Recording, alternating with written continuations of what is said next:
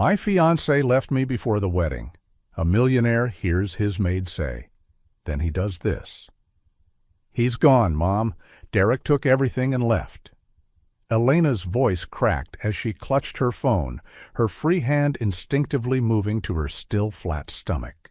She was supposed to be cleaning the Harrisons' master suite, but instead she'd collapsed onto the hallway floor, back against the wall, trying to process the text message that had just destroyed her life. I emptied the account. Don't try to find me. The baby isn't my problem. The words were still there, glowing on the screen, brutal in their simplicity. 3 years, Mom.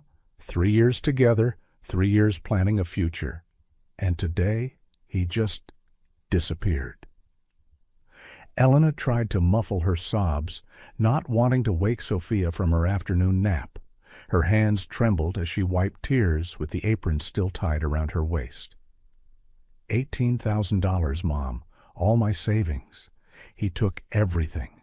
Leos, she didn't dare mention the 3-month pregnancy. Didn't dare say Derek had vanished the moment he found out. Didn't dare admit she had to leave their apartment by Sunday.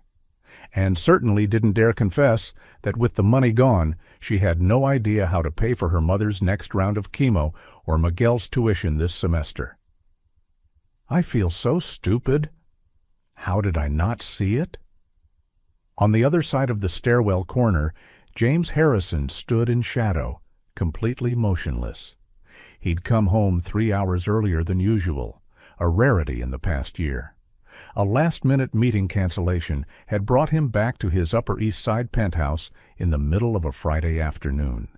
He'd planned to head straight to his upstairs office, but had heard muffled crying somewhere in the hallway. His feet seemed nailed to the floor. He should turn away, pretend he heard nothing, come back in an hour making enough noise to announce his presence. That's what an employer should do. But something in that crying, not weakness but pure, unfiltered pain, kept him frozen, unable to move. In the 4 months Elena had worked for him, she'd been the picture of professionalism. Always on time, always efficient, always maintaining a polite distance. She cared for Sophia with a gentleness that sometimes made him turn away, his chest tightening at the memory of what his daughter had lost.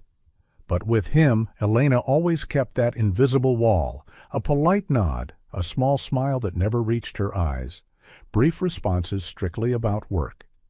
And now he was hearing her shatter. No, Mom doesn't need to come to New York. I'll be fine. Elena's voice forced that brightness James knew too well, the kind of lie people tell when trying to protect those they love. I just need time, need to figure out what to do now. James closed his eyes. He knew that feeling too well, the question that eats from the inside, steals sleep, makes you replay every moment searching for signs you should have seen. Catherine had done the same to him 3 years ago, not with someone else. That might have been easier to understand. She simply didn't want this life anymore, didn't want to be a wife, didn't want to be a mother, didn't want anything that tied her down. He'd come home from a business trip to Dallas and found a note on the kitchen counter. I can't do this anymore, don't look for me. No explanation, no apology. Just 2-year-old Sophia asleep in her crib and a man who had no idea his marriage had been dying. The call ended, then silence, the heavy, suffocating kind. James stood there, knowing he should leave, but his feet wouldn't move. Through the gap in the stairwell, he could see Elena sitting on the hallway floor, back against the wall, head bowed, shoulders shaking with silent sobs she was trying to suppress. And then he saw what made his heart clench, her hand resting protectively over her stomach. At that moment, Elena looked up, as if sensing someone watching. Their eyes met across the dim stairwell. For an endless moment, neither moved. Then James stepped out of the shadows. Elena startled violently, hastily wiping tears with the back of her hand, trying to stand too quickly and stumbling. Mr. Harrison, I'm sorry. I didn't know you were home. Her voice shook, embarrassment flooding her face. I'll finish the work right now. I shouldn't have. "What happened?" James interrupted, his voice commanding but not harsh. He stopped at a safe distance, understanding that moving closer would be invasive. Elena shook her head, trying to pull back on her professional mask, but it was already shattered. "Nothing, sir. Just personal matters. It shouldn't affect my work." "Do you have somewhere to go?" The question stunned Elena so thoroughly she could only stare at him, mouth agape. How did you know?" "I heard," James admitted without trying to make excuses. "I didn't mean to, but I heard, and I'm asking again, do you have somewhere to go?" The truth hung heavy between them. Elena could lie, pretend everything was fine, then quietly disappear over the weekend, find someplace temporary, and hope. But she was too tired to lie anymore, too exhausted to pretend. "No," she whispered. "The apartment was his. I have to move out by Sunday." James nodded, as if he'd known the answer. "And money for a deposit on a new place?" Elena laughed, a bitter sound that caught in her throat. "He took it all, everything, $18,000. Her voice broke. "That was all I had." The silence stretched. James stood there, hands in his pockets, jaw tight. Elena could see the wheels turning in his head, see the struggle playing out. Finally he spoke, his voice low and decisive. "You can stay here, the guest room." Elena shook her head violently. "Mr. Harrison, I can't. That's—" "Not charity," James interrupted, taking one step closer. "It's practical. You work here. Sophia needs you, and—" He paused, something flickering in his eyes. "No one should have to go through this alone." "Why?" The question escaped before Elena could consider it. "Why are you doing this?" James looked at her, and in that gaze, Elena saw something that made her chest tighten. Not pity, not obligation, but recognition. Pain calling to pain. "Because I know how it feels," he said, his voice roughening. "I know what it's like to be left behind when your world collapses. To be left with the pieces and not know how to put them back together." He swallowed, the knot moving in his throat. 3 years ago I came home and my wife was gone. No warning, no explanation. Just a note, and a 2-year-old asleep in her crib. The air between them shifted, became heavy with sharing, with admission.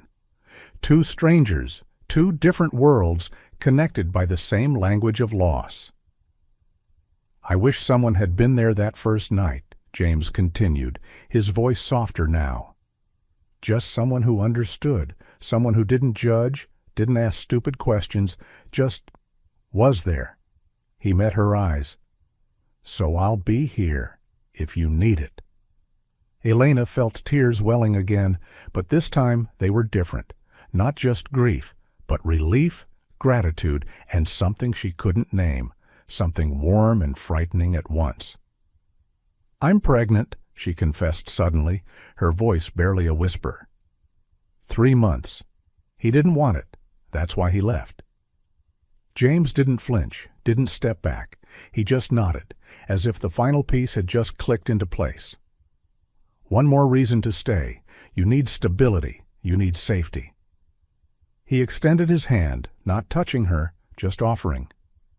"We'll figure it out. But tonight, stay." Elena looked at that hand, a lifeline offered in her darkest moment. Every instinct screamed that she couldn't, that she shouldn't depend on a stranger's kindness, that she needed to do this on her own. But she was so tired, so scared. And something about the way James looked at her, not with pity, but with respect, with understanding, made her believe that maybe, just maybe, this wasn't charity. This was something else, something more like hope. "Just tonight," she said finally, her voice trembling. "Then Monday, I'll figure it out." "Monday we'll figure it out," James corrected, and for the first time since Derek had sent that message, Elena felt like she could breathe a little. As James led her to the guest room, Sophia ran out from her bedroom, eyes still sleepy, but lighting up at the sight of Elena. "Elena, are you staying for dinner?" James and Elena exchanged glances over the child's head. "Yes, sweetie," Elena said, her voice only slightly shaking. "I'm staying." And in that moment, in a luxurious Manhattan penthouse with a man she barely knew and a child who'd already captured her heart, Elena Martinez felt something she thought she'd lost forever. She felt safe. Elena opened her eyes, and for a few precious seconds, she didn't remember where she was. The ceiling was too high, the light from the windows too bright, too white, the sheets too soft, the scent too clean, not the cheap fabric softener smell she was used to. Then reality crashed down like a cold wave. Derek, the message, $18,000, the apartment she had to leave, the baby inside her. James Harrison standing in shadow with his voice rough. "So I'll be here." Elena sat up too quickly. The room spun, her stomach clenched, her throat suddenly hot. She recognized what was about to happen only 1 second before it did. She made it to the bathroom just in time, kneeling before the toilet and retching violently. There wasn't much in her stomach. She hadn't eaten since lunch yesterday, but her body still convulsed, trying to expel something that didn't exist. Tears streamed down, not from grief, but from pure physical reaction. This was why Derek knew. She couldn't hide morning sickness forever. A soft knock on the door made Elena jump. "Elena?" James's voice through the door. "Careful. Are you okay?" Oh, God. Shame flooded her like a second wave. Her employer, the man who'd just given her shelter out of kindness, was standing outside the door listening to her vomit. "I'm fine," she tried to say, but her voice was only a hoarse whisper. She coughed, tried again. "I'm fine, Mr. Harrison. Just sorry." Silence. Then, "I'll get you some ginger tea and crackers. Wait a moment." Footsteps retreating. Elena slumped to the cold tile floor, back against the tub, trying to catch her breath. Her hands shook as she wiped her mouth with tissue. 3 months pregnant, and morning sickness still attacked her every morning like a cruel alarm clock. Derek had hated this. Hated the noise, the smell, the inconvenience of having to wait for her to finish before he could use the bathroom.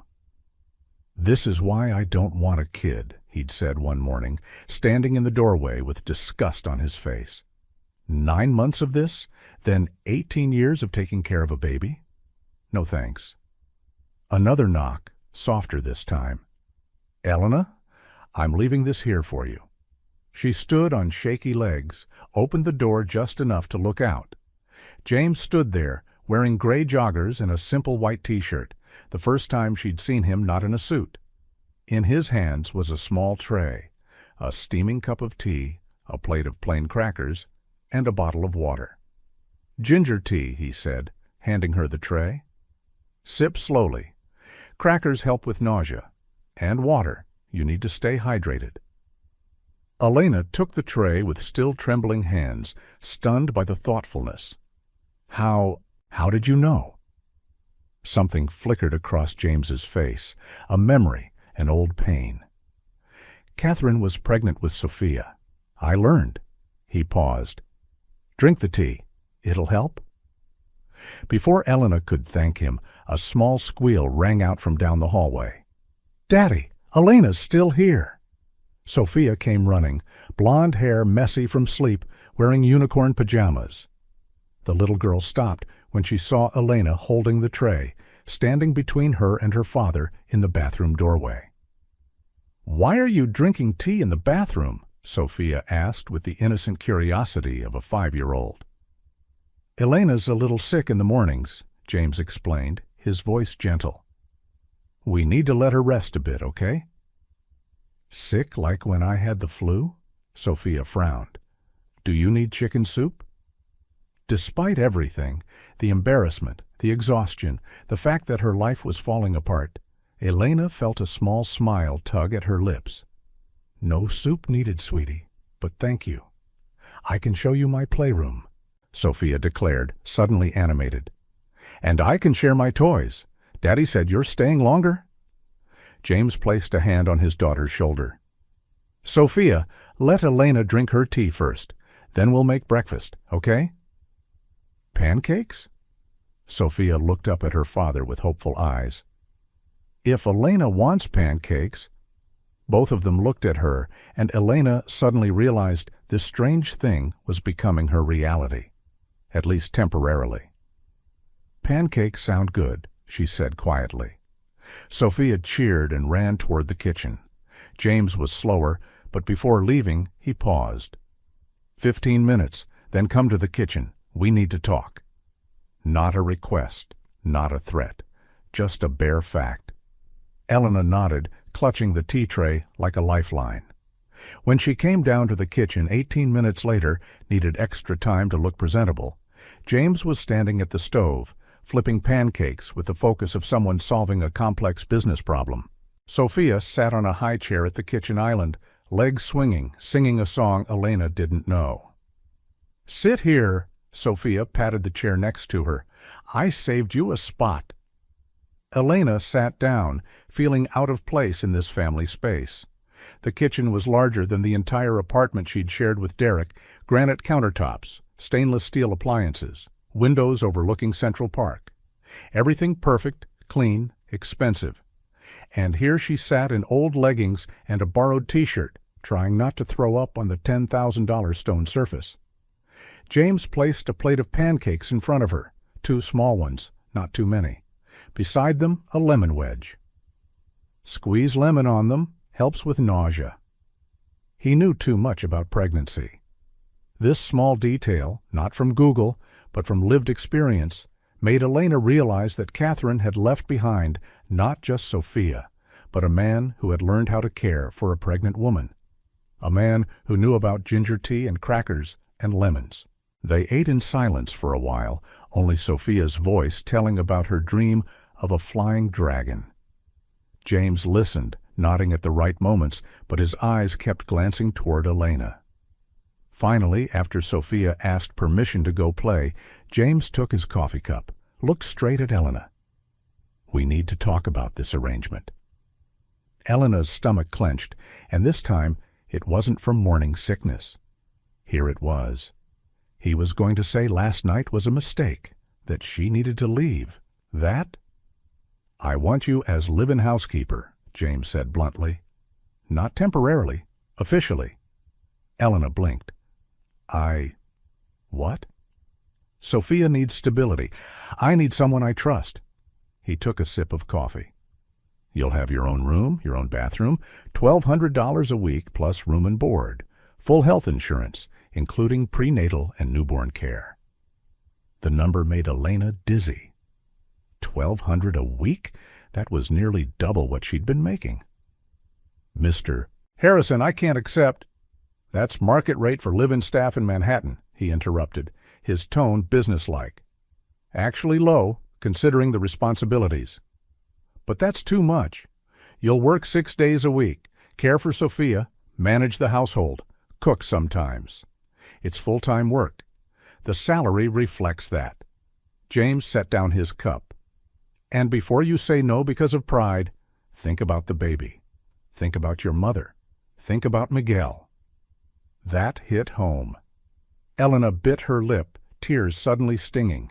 With $1,200 a week, she could pay for her mother's chemo, could help Miguel with tuition, could start saving for the baby. But, "I want to pay rent," she said, her voice firmer than intended. $500 a month. For the room?" James frowned. $500 for a bedroom in the Upper East Side is laughable. "It's what I can afford and still keep my dignity." They stared at each other across the kitchen island. A silent standoff. James studied her face, and Elena saw the exact moment he understood. This wasn't about money. This was about her not becoming a charity case, about paying for her space, for her existence. "Fine," he said finally. $500 a month, but that rent includes utilities, internet, and laundry privileges. And I still clean my own room. Of course. And cook my own meals. Elena. James leaned forward. "If you're cooking, you'll cook enough for all three of us. That's efficient, not charity." A practical argument, one Elena couldn't argue against. "Okay," she said quietly. James extended his hand. "So we have a deal?" Elena looked at that hand, the hand that had shown her to the guest room last night, the hand that had held the tea tray this morning, the hand of a man offering her a chance she didn't know she needed. She shook it. His hand was warm, steady, sure. "We have a deal." Shatina. The first week passed in a series of small moments, each building on the one before like invisible bricks. Monday. Elena woke at 6, unable to sleep longer. She went down to the kitchen in the dawn light, started coffee, and prepared scrambled eggs. When James appeared at 7, tie already knotted neatly, he stopped at the threshold. "You don't have to." "I know," Elena said, placing a plate at his usual seat. "I want to."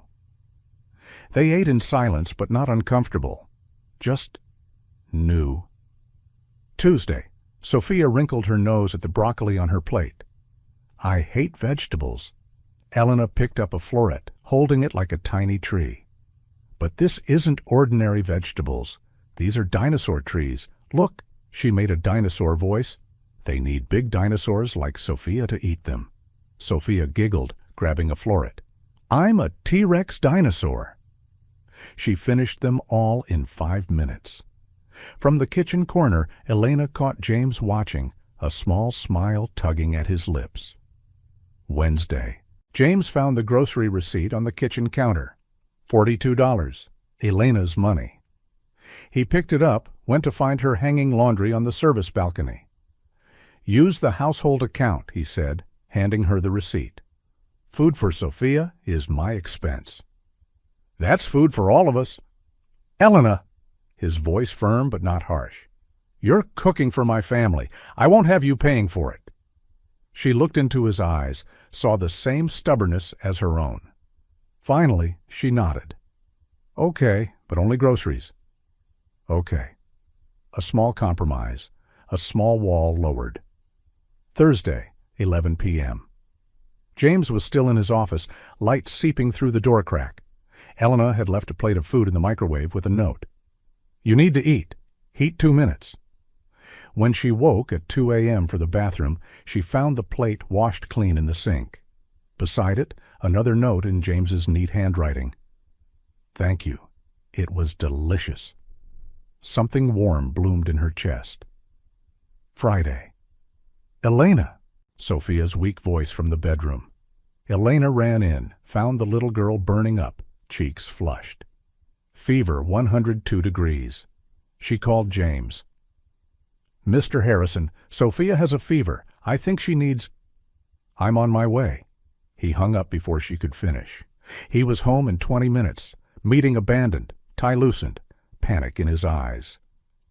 "How is she?" "Just a cold," Elena reassured, placing a cool cloth on Sophia's forehead. "Mild fever. I gave her medicine." James knelt by the bed, touched his daughter's cheek. Sophia opened her eyes, smiled weakly. "Daddy's home." "I'm home, sweetheart." He kissed her forehead. Elena stood to give them privacy, but James looked up. "Thank you for being here, for calling me." "That's my job." "No," his voice gentle. "Your job is keeping the house clean. This is different." Their eyes met, and Elena saw real gratitude there, not because she did her job, but because she cared. When Sophia drifted to sleep, James still sat there, holding his daughter's hand. Elena brought him a cup of tea, sat in the chair in the room's corner. "You don't have to stay," he whispered. "I know," she whispered back. But she stayed, and he didn't ask her to leave. They sat in the darkness of Sophia's room, two strangers becoming a little less strange with each passing day, learning to exist in each other's orbit, without collision, but also not completely separate. 1 week, 7 days. And everything had changed while nothing changed at all. but the walls slowly were beginning to crack. Friday, 10 p.m. Sophia was better, sleeping soundly in her room.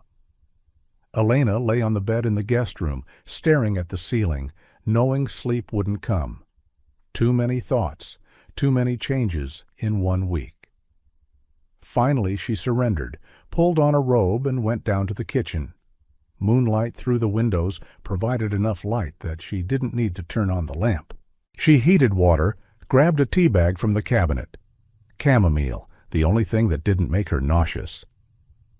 Can't sleep? Elena jumped, turned. James stood in the kitchen entrance, wearing pajama pants and a t-shirt, hair disheveled, the first time she'd seen him not perfectly put together. "Sorry," she said. "I didn't mean to wake you." "You didn't wake me. I couldn't sleep either." He stepped in, grabbed a second cup. "Can I share the tea?" They sat at the kitchen island, 2 steaming cups between them, the city glittering outside the windows like an ocean of light. "Thank you for this week," James said after a moment of silence. "With Sophia, with everything. That's my job." "We both know it's not just a job." He took a sip of tea. "You're good with her, natural, like you were born to do this." Elena looked down at her cup. "I used to want to be a nurse. Pediatrics?" She laughed bitterly. "Got through 2 years of college before I quit." "Why quit?" "My dad got lung cancer. Stage 4. The words still hurt after 6 years. Someone needed to work, pay the hospital bills. My mom couldn't. She was caring for Dad around the clock. Miguel was only 10. She shrugged. "So I quit, found work, did what was necessary." "And your father?" "Died after 8 months. Elena's voice cracked slightly. "Sometimes I wonder what would be different if I'd stayed in school, become a nurse, if I could have helped somehow. But then, who would have taken care of the family?" James was silent for a long moment. Then, "I wonder what would be different if I'd been home more, with Catherine, with Sophia." He looked into his tea. "Maybe if I hadn't worked 80 hours a week, if I'd paid more attention." "She still would have left," Elena interrupted gently. "Mr. Harrison, people who truly love you don't leave when things get hard. They stay. They fight. They tell you they're hurting." She met his eyes. "Catherine didn't leave because of you. She left because of her." The air between them shifted, became thicker. James looked at her as if truly seeing her for the first time. "How do you know the right thing to say?" His voice was rough. "Because I needed to hear that about Derek." Elena smiled softly. "That it wasn't my fault, that some people just aren't capable." "But how do we not carry that pain into the next thing?" James asked. "How do we trust again?" "I don't know." Elena was honest. "I'm still figuring it out." They sat in silence, but it wasn't uncomfortable. It was shared, understanding. Then James reached across the island, his hand covering hers, not gripping, just touching, warm, steady. "Thank you," he said softly, "for sharing that." Elena's heart raced. His hand was larger than hers, calloused from work but gentle. She could feel his pulse through his fingertips. Something in her wanted to turn her hand, intertwine fingers, hold tight. But something else, bigger, more frightened, screamed danger. Too soon, too much, too risky. She withdrew her hand, gently but clearly. "I should sleep.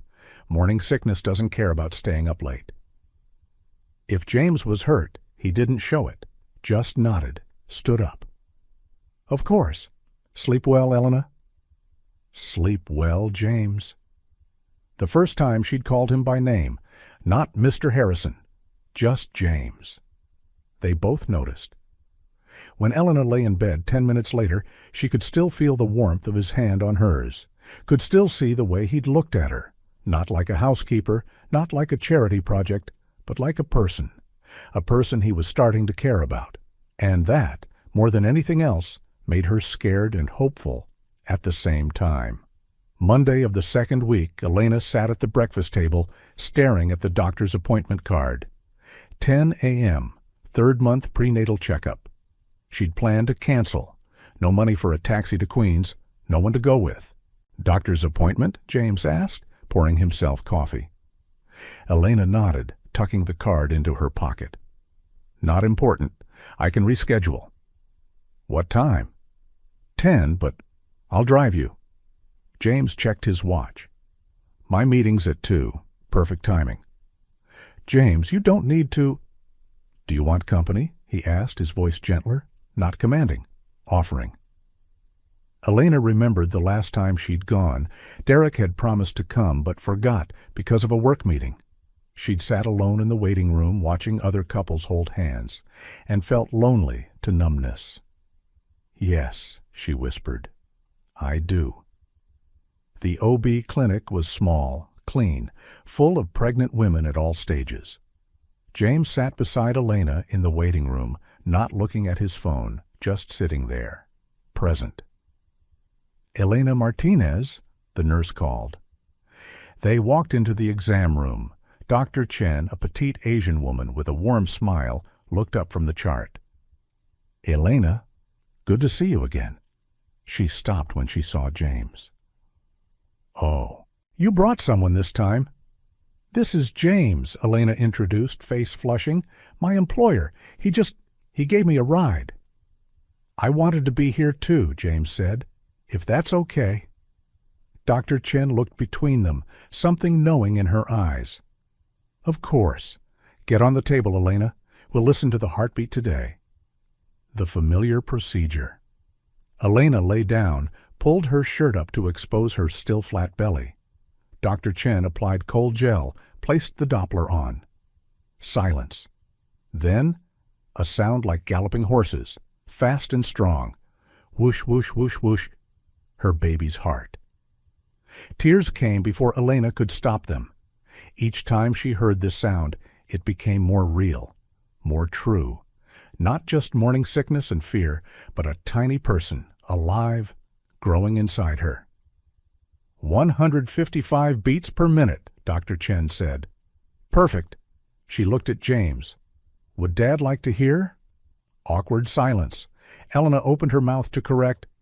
I'd like to hear, James said quietly. Dr. Chen handed him the Doppler. James held it on Elena's belly, and the sound filled the small room. He looked down at the screen, then up at Elena's face, and there was something in his eyes, wonder, awe, that made her chest tighten. Her hand found his, squeezed. He squeezed back. Sounds strong, he whispered.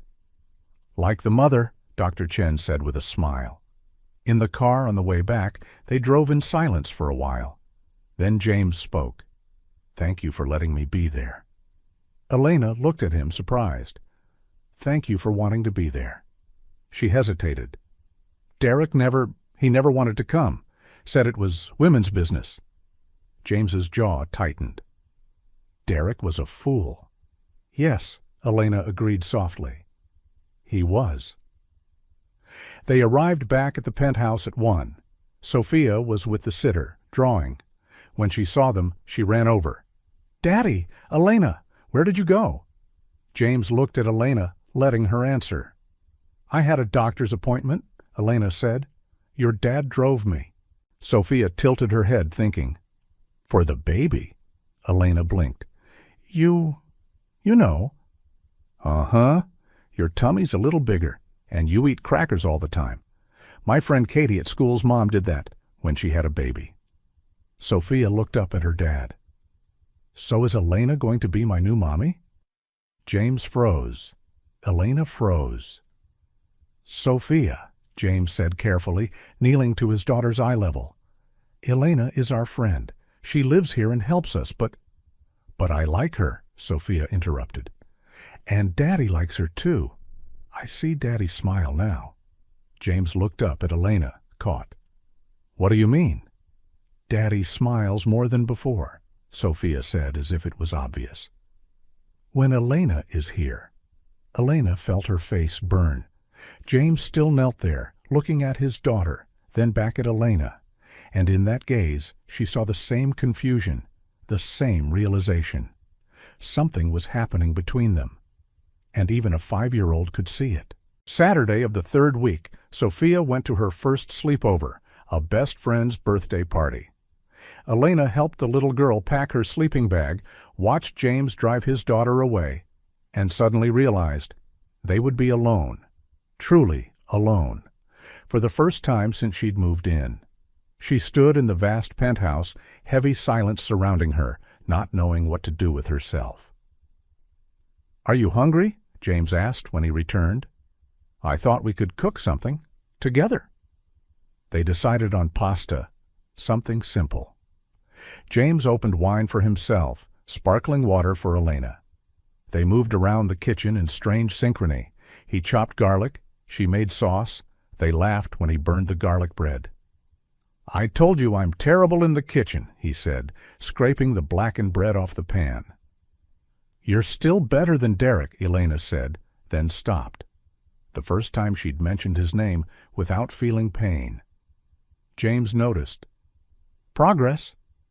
"Yes," she agreed softly. "Progress." They ate at the kitchen island, not the formal dining table. Conversation flowed about Sophia, about James's work, about Elena rereading old nursing textbooks. "You miss it," James observed. "Nursing." "Sometimes." Elena turned her glass. "But I don't regret my choice. My family needed me." "And now, what do you need?" The question stunned her. No one asked that. Ever. Before she could answer, music played from the speakers, James's Spotify still on. A slow, melancholic song. James stood, extended his hand. "This time, no running?" Elena's heart raced. She remembered last week, the almost kiss, her panic. But she also remembered how he'd held her when she cried, how he'd listened, how he'd been there. She placed her hand in his. They swayed in the kitchen, lights dimmed, the city sparkling outside. But Elena was only aware of James, his breath, his heartbeat, the way his hand rested on her back. "I need to tell you something," he whispered. She looked up. "Okay. These 3 weeks, you've changed everything." His voice was rough. "I thought I was broken. I thought I'd never feel this again. Hope, connection, wanting. But you're here, and I realize I wasn't broken. I was just waiting." "James, I'm falling for you, Elena." The words hung in the air. "I know it's complicated. I know you're pregnant. I know I'm your employer. I know you're a mess." "Thanks so much," she said, but there was no venom in it. "But I'm a mess too," he continued. "I'm an absent father. I'm a workaholic. I don't know how to do this. Open up, trust, love. But with you, I want to learn." Tears streamed down Elena's cheeks. "I'm scared." "Me too. Derek abandoned me when I needed him most." "I'm not Derek. Catherine abandoned you. And you're not Catherine." James stopped dancing, both hands cupping her face. "You stay, you fight, you care. That's why this is real. But what if I'm not good enough? If I ruin this? Then we'll ruin it together." A small smile tugged at his lips. "I'm not perfect, Elena. That's why this feels real."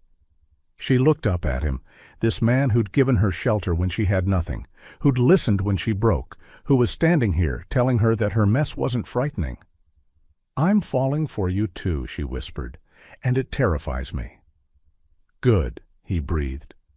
"Good." He leaned down, slowly, giving her time to pull away. But this time she didn't retreat. Their lips met, gentle, careful, full of promise. Not rushed, not desperate, just soft, warm, right. Tears fell, hers, his, no one knew. James kissed each drop, her forehead, her cheeks, then her lips again. When they pulled apart, foreheads resting together, both trembling. "What are we doing?" Elena gasped. I don't know, James admitted, but I don't want to stop. Me neither.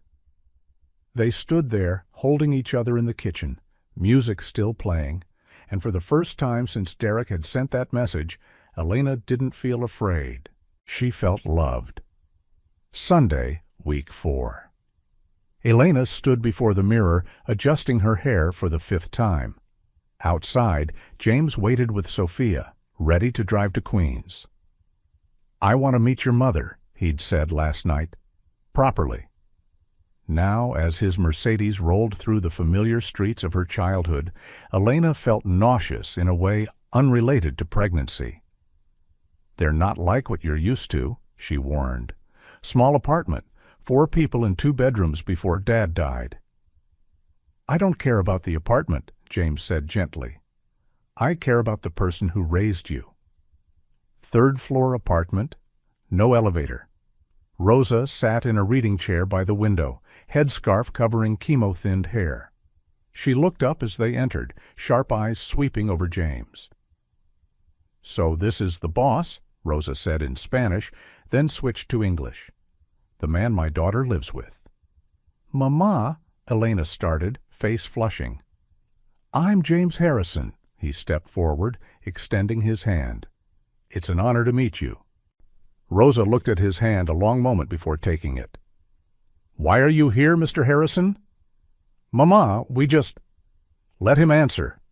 Rosa's eyes didn't leave James. James didn't hesitate. Because I care about your daughter. Very much. Care how?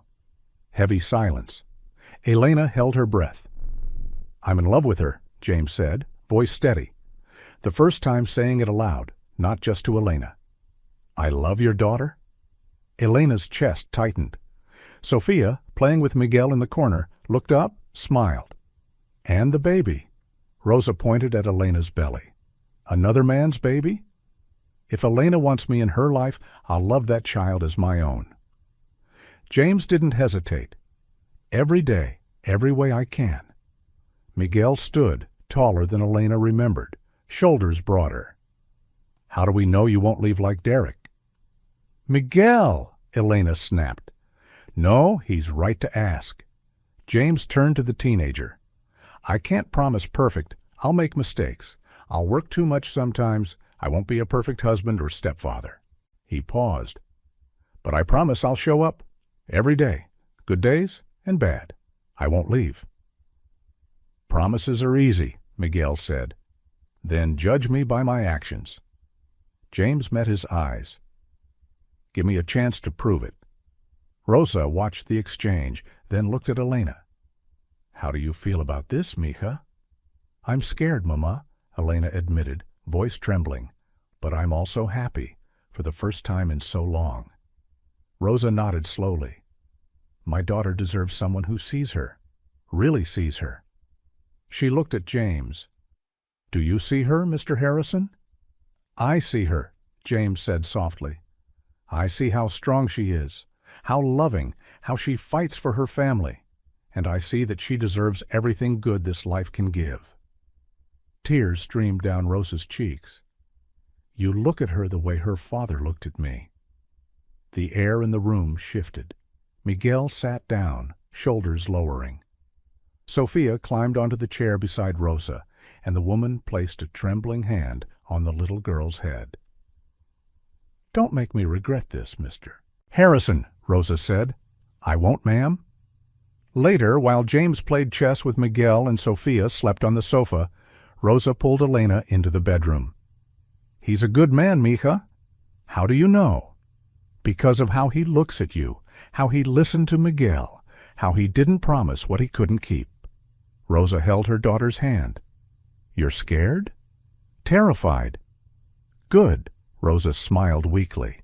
That means it matters, means you're letting yourself feel again. She stroked Elena's cheek. You deserve this. Don't let fear take it away. But if I lose you, you won't lose me. Not really. Rosa placed Elena's hand over her heart. I'll be here, always, and when the baby comes, I'll be in every lullaby you sing, every recipe you make, every time you're strong when you think you can't be. Elena hugged her mother, careful with the fragile body, and cried for everything lost, everything found, everything still ahead. "I love you," she whispered. "Yo también te amo, mi amor. Now go out there. Your man is waiting."